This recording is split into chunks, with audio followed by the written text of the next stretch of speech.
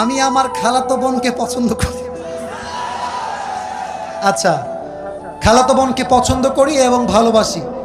আমার খালাতো বোন আমাকে ভালোবাসে না, ভালোবাসে নাকি আমি জানি না, কিন্তু মাঝে মাঝে আমার খালাতো বোনের সাথে কথা বলি এবং আমি আমার খালাতো বোনকে বিয়ের প্রস্তাব দিয়েছি।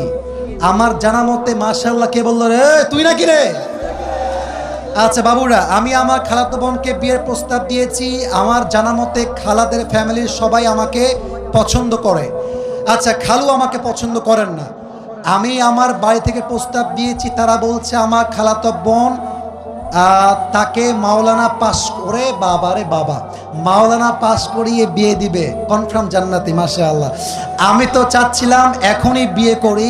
আমার জানা মতে আমার খালাতো বোন রাজি। এখন মূল কথা হচ্ছে সে কি করবে, এই হচ্ছে তার মূল প্রশ্ন। সে আদৌ বিয়ে করবে নাকি করবে না। Even the most interesting matter is সে তার বয়স, ঠিকানা, কয় নাম্বার সন্তান, তার বয়স কত, মেয়ের বয়স কত, 14 গোষ্ঠী লিখে রেখে দিয়েছে এখানে। তবে যেহেতু সে প্রশ্ন করেছে উত্তর দিচ্ছি। প্রথম কথা হচ্ছে বিয়ের বয়স হয়েছে, বাপ মাকে বুঝাবা প্লিজ মুঝে শাদি করনা है। ভালো ভালো বলছি, বিয়ে দিয়ে দাও। নয়তো যদি না মানো, যদি আমি দেখি আমার চরিত্র নষ্ট হচ্ছে দিন দিন, আমি সবাইকে বলবো বিয়ের জন্য যদি বাপ মা রাজি না হয় নিজে বিয়ে করবা, পরে গিয়ে বাপ মাকে বলবা বিয়ে করে ফেলেছি, যা করতে চাও করো, আই ডোন্ট কেয়ার। এখন অনেক মুরব্বী আমার উপরে হয়তো অভিযোগ তুলবে, হুজুর আপনি যুবকদেরকে খারাপ দিকে মোটিভেট করছেন। মুরব্বী, একদমই নয়।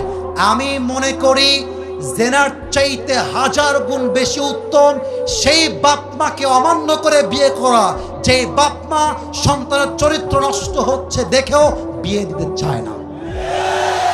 তুমি আমার বাপ, তুমি আমার মা, তুমি দেখতেছো দিন দিন আমি মেয়েদের নেশায় আসক্ত হচ্ছি, আমি পার্কে যাচ্ছি, আমি প্রেম করতেছি, মেসেঞ্জারে, হোয়াটসঅ্যাপে, হোয়াট এভার ইট ইজ, আমি নষ্ট হচ্ছি।